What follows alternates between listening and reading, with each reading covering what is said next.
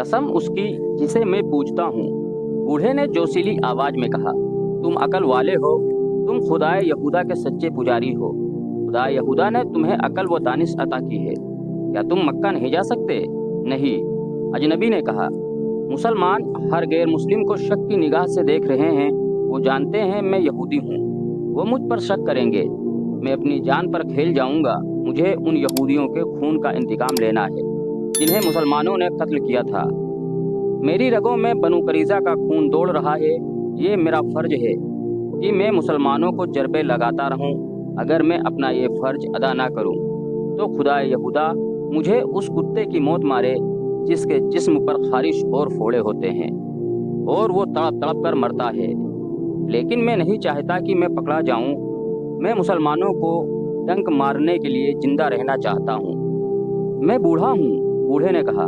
मक्का दूर है। घोड़े या ऊंट पर इतना तेज सफर नहीं कर सकूंगा कि मुसलमानों से पहले मक्का पहुंच जाऊं। ये काम बच्चों और औरतों का भी नहीं। मेरा बेटा है मगर बीमार है। इस इनाम को देखो जो हम तुम्हें दे रहे हैं। अजनबी यहूदी ने कहा, यह काम करा दो। इनाम के अलावा हम तुम्हें अपने मजहब में शामिल करके अपनी हिफाजत में ले लेंगे। क्या ये काम मैं कर सकती हूँ? अधेड़ उम्र औरत ने कहा, तुमने मेरी ऊँटनी नहीं देखी। तुमने मुझे ऊँटनी की पीठ पर कभी नहीं देखा।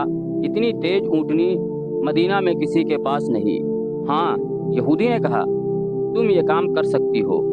ऊँटों और बकरियों को बाहर ले जाओ। तुम्हारी तरफ कोई ध्यान नहीं देगा। तुम उन्हें चराने के लिए हर रोज ले जाती हो। आज भी ले जाओ और मदीना से कुछ दूर जाकर अपनी ऊँटनी पर सवार हो जाओ। उसने एक कागज इस औरत को देते हुए कहा, इसे अपने सर के बालों में छुपा लो। ऊँटनी को दौड़ाते ले जाओ और मक्का में अबू सुफियान के घर जाओ और बालों में से यह कागज निकालकर उसे दे दो। लाओ, औरत ने कागज लेकर कहा, पूरा इनाम मेरे दूसरे हाथ पर रख दो और यकीन के साथ मेरे घर से जाओ कि मुसलमान मक्का से वापस आएंगे तो इनकी तादाद आधी भी नहीं होगी और इनके सर झुके हुए होंगे और शिकस्त इनके चेहरों पर लिखी होगी। यहूदी ने सोने के 3 टुकड़े औरत को दिए और बोला, यह इस इनाम का निस्फ है जो हम तुम्हें उस वक्त देंगे जब यह पैगाम अबू सुफियान के हाथ में देकर वापस आ जाओगी। अगर मैंने काम कर दिया और जिंदा वापस ना आ सकी तो बाकी इनाम तुम्हारे बीमार खाविन को मिलेगा। यहूदी ने कहा। यह औरत अपने ऊँट और बकरियां चराने के लिए ले गई, जिसका किसी भी तारीख में नाम नहीं दिया गया है। उन्हें वो हाँकती ले जा रही थी। किसी ने भी न देखा कि वो ऊँटों की पीठें नंगी थी, लेकिन एक ऊँटनी सवारी के लिए तैयार की गई थी। इसके साथ पानी का मस्कीजा और एक थैला भी बंधा हुआ था। औरत इस खड़े को शहर से दूर ले गई। बहुत देर गुजर गई तो यहूदी ने उस जवान लड़की को जो घर में थी कहा, वो जा चुकी होगी। तुम जाओ और ऊँटों और बकरियों को शाम के वक्त वापस ले आना। वो लड़की हाथ में गडरियों वाली लाठी लेकर बाहर निकल गई, लेकिन वो शहर से बाहर जाने की बजाय शहर के अंदर चली गई। वो इस तरह इधर उधर देखती जा रही थी जैसे किसी को ढूंढ रही हो। वो गलियों में से गुजरी और एक मैदान में जा रुकी। वहाँ बहुत से मुसलमान ढालें और तलवारें लिए तेगजनी की मशक कर रहे थे।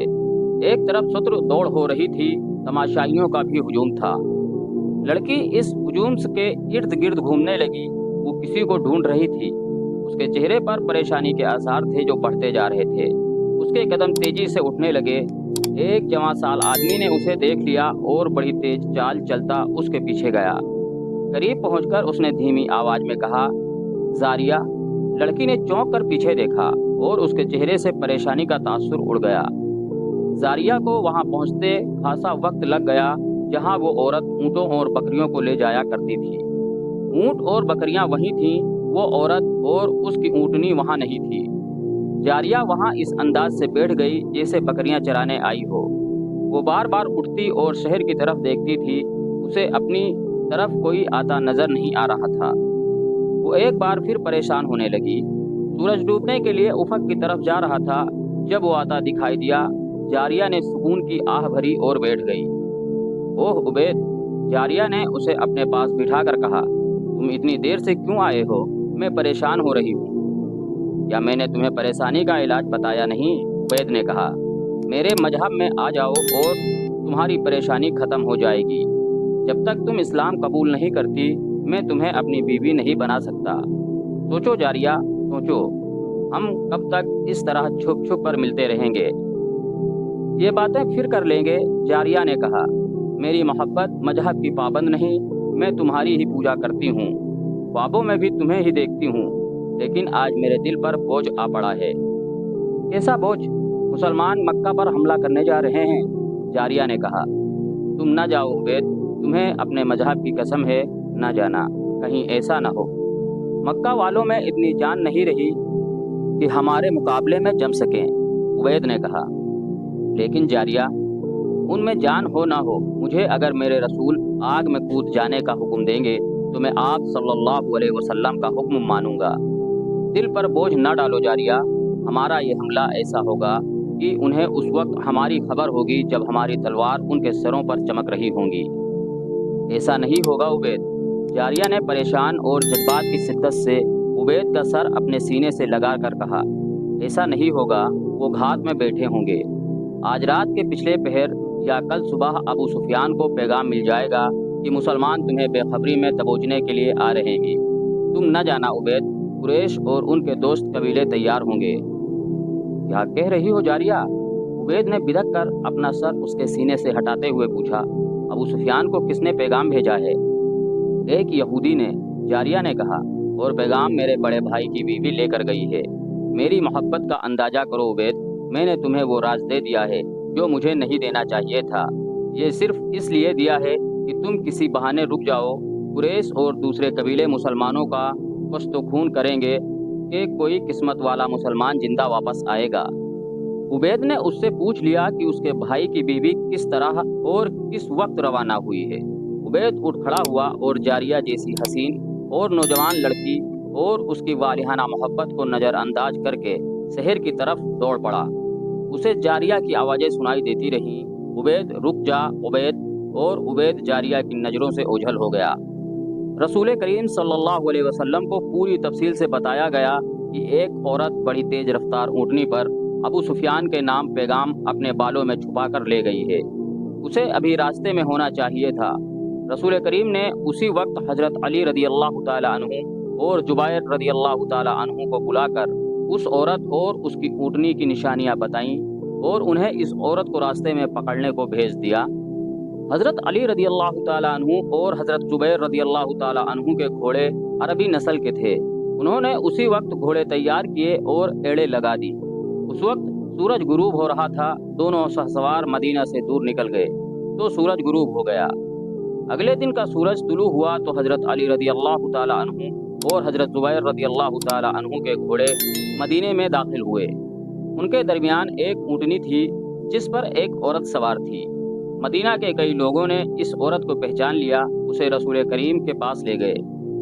اس کے بالوں سے جو پیغام نکالا گیا وہ حضور صلی اللہ علیہ وسلم کے حوالے کیا گیا۔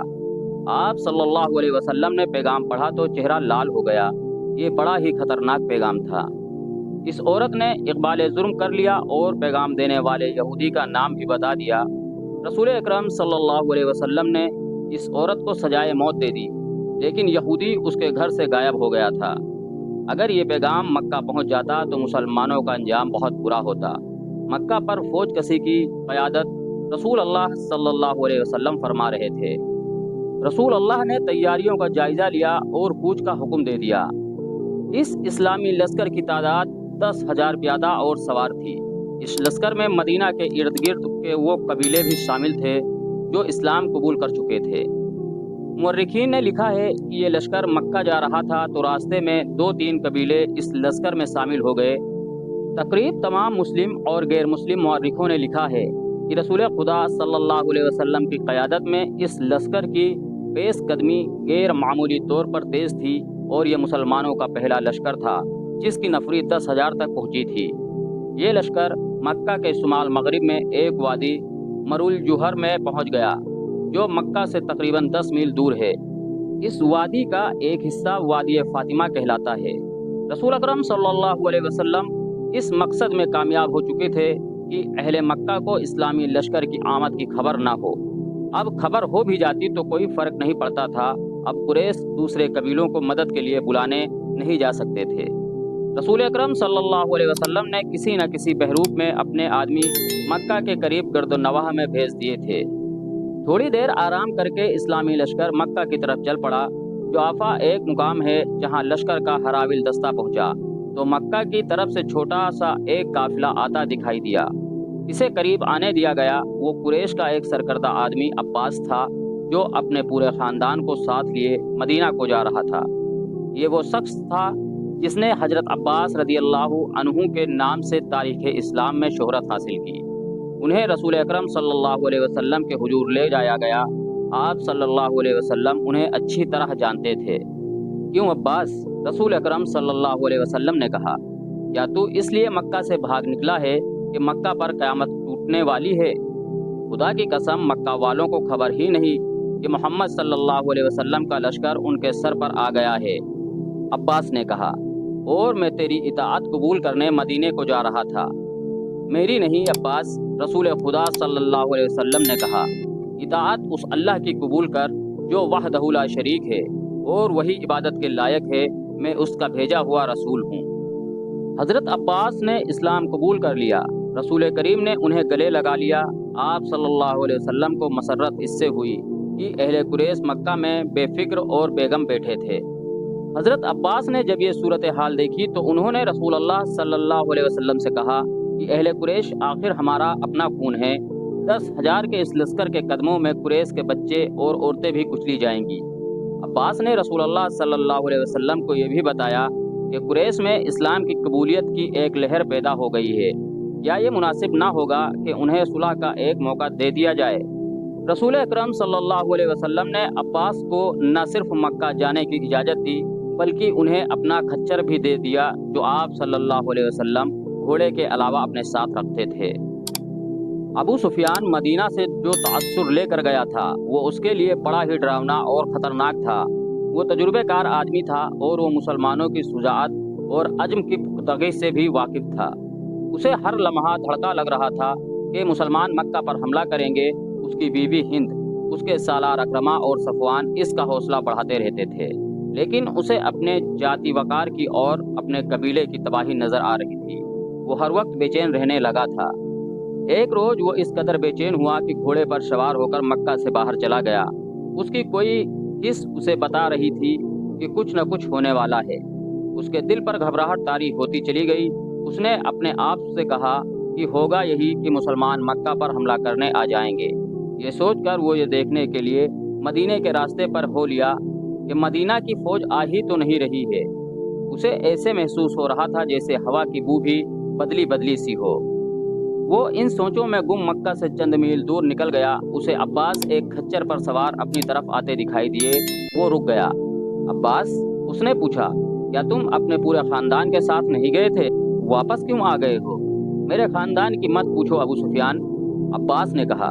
मुसलमानों के 10,000 प्यादों, घुड़सवारों और सतुर सवारों का लश्कर मक्का के इतने करीब पहुंच चुका है जहां से छोड़े हुए तीर मक्का के दरवाजों में लग सकते हैं। क्या तू मक्का को इस लश्कर से बचा सकता है? किसी को मदद के लिए बुला सकता है? तू सुलह का मुआहदा तेरे सालारों ने तोड़ा है। मोहम्मद सल्लल्लाहु अलैहि वसल्लम, जिसे अल्लाह का रसूल मान चुका हूँ, सबसे पहले तुझे कत्ल करेगा। अगर तू मेरे साथ रसूल अल्लाह सल्लल्लाहु अलैहि वसल्लम के पास चला चले तो मैं तेरी जान बचा सकता हूँ। खुदा की कसम, मैं जानता था मुझ पर यह वक्त भी आएगा। अबू सुफियान ने कहा, चल मैं तेरे साथ चलता हूँ। शाम के बाद अब्बास अबू सुफियान को साथ लिए मुसलमानों के पड़ाव में दाखिल हुए। हज़रत उमर कैम्प के बाहर पहरेदारों को देखते फिर रहे थे। उन्होंने अबू सुफियान को देखा तो आग बबूला हो गए। कहने लगे कि अल्लाह के दीन का ये दुश्मन हमारे पड़ाव में रसूल अल्लाह सल्लल्लाहु अलैहि वसल्लम की इजाज़त के बगैर आया है। उमर रसूल अल्लाह सल्लल्लाहु अलैहि वसल्लम के खेमे की तरफ दौड़ पड़े। वो अबू सुफियान के कत्ल की इजाज़त लेने गए थे, लेकिन अब्बास भी पहुंच गए। रसूल अकरम सल्लल्लाहु अलैहि वसल्लम ने उन्हें सुबह आने को कहा। अब्बास ने अबू सुफियान को रात अपने पास रखा।